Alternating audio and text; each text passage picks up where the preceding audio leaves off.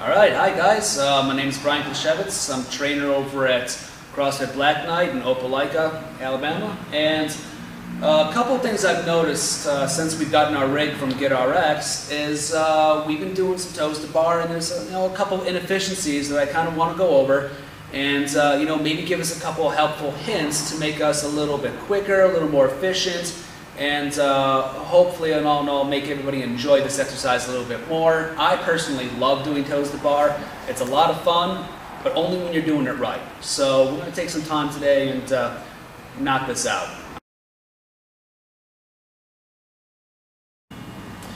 Okay, so first things first, what I want to go over is the grip. A lot of people I've noticed would just jump on the bar and they're not chalking up, which I kind of have mixed feelings on chalk. You don't want to over chalk because one, it's just wasteful, and two, eventually you're going to start slipping with too much chalk and you get a little bit dependent on it. But just get enough so that when your hands are sweaty, you're not slipping on the bar. So when you're trying this and wanting to work on this on your own, get a little bit of chalk. This nice light dusting just so you can work on the grip of the bar. Secondly, what I want to discuss is let's talk about the width of our grip. Now, a lot of people who haven't done toes to bar before initially want to have a narrow grip. And by doing this, you're actually increasing the distance from your head to the bar and then your toes. If you actually widen up a little bit and you're hanging here, you shorten that distance and you get a little more tension on the shoulders. And that's going to be very important when we're talking about, regardless if we're beginner, moderate, or advanced, when we're trying to swing through. That shoulder action is going to play a very big part.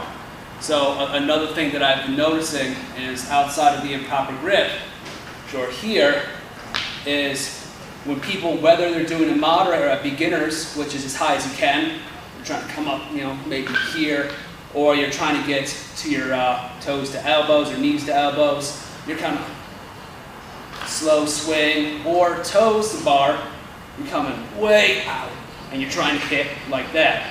You're wasting a lot of energy when you're using that type of mechanism. So when I want you to approach this, I want you to approach this like you're doing a kip on a muscle up or on a pull up. So what we're going to do is I want you to see it from the front side and then see it from the side angle.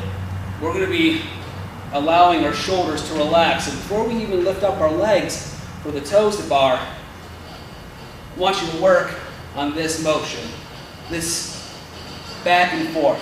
So we're going to stop the tape right now, and then we're going to show it from the other side. Okay, so now I want you to see it from the side, watching my head go through the shoulders. There and back. Going back and forth, just like this. Okay, all right, now we have two things we just discussed. A wider grip, which is going to shorten our distance from our head to the bar and allow a better elasticity in our shoulder. We're also talking about that movement back and forth, kind of oscillating back and through. And that's going to give us momentum we need to drive our legs up. So now, that's going to carry on regardless if we're doing the beginner. So beginner, just high as you can.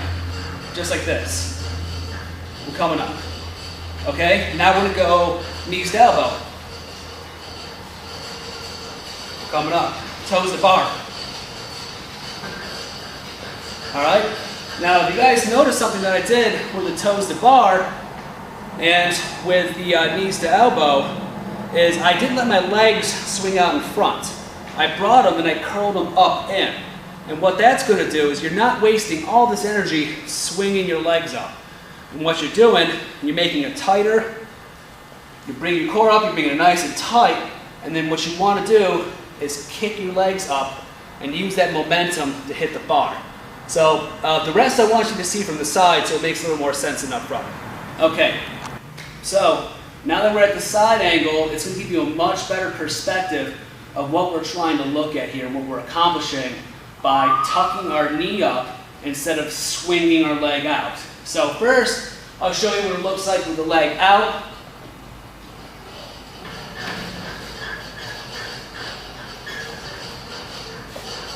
Okay, notice a couple times I started swinging back. I was having a little bit hard time controlling it, and it was relatively slow. Now I want you to see what it looks like when you tuck your knees in and you throw your legs up to try to kick the top of the bar.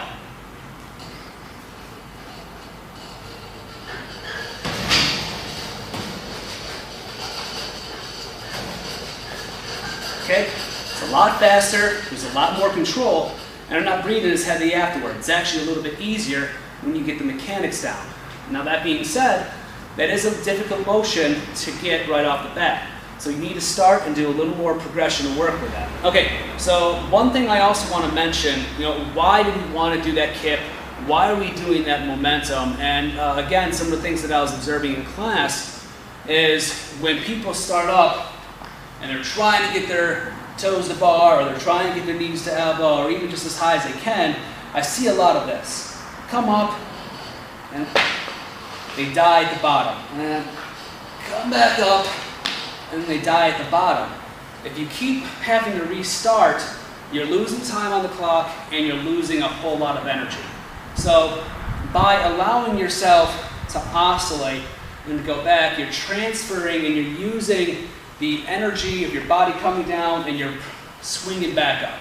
So you're taking advantage of just a little bit of physics. All right, don't stop at that dead at the bottom, because you're just going to end up burning out.